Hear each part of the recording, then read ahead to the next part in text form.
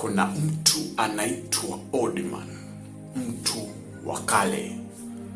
Sasa hapa ninazungumza na watu ambao wamemkiri Kristo kwa Bwana na Mwokozi wa maisha yao.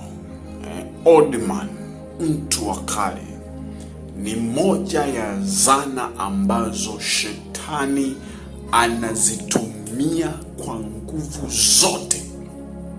Ni moja ya dhana ambayo shetani anaitumia kwa nguvu zote.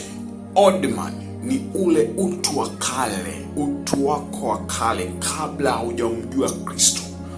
Ulikuwa unapendelea kufanya mambo gani?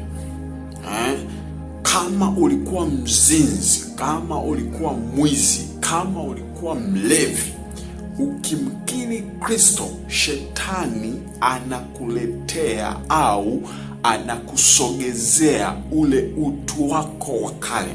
Unajikuta kwamba unatamani sana kuyarejea yale maisha ya kale.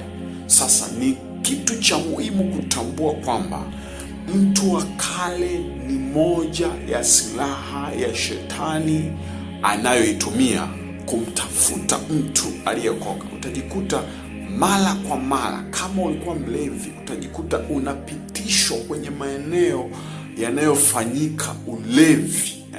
Utajikuta unapata kiu. Ombea sana, omba sana mtu wako wa kale asikusumbue, maana anaweza akakurudisha kwenye yale masumbufu na mzigo wa ulevi, alafu ukawa na hali mbaya kuliko mwanzo. Mungu akusaidie sana.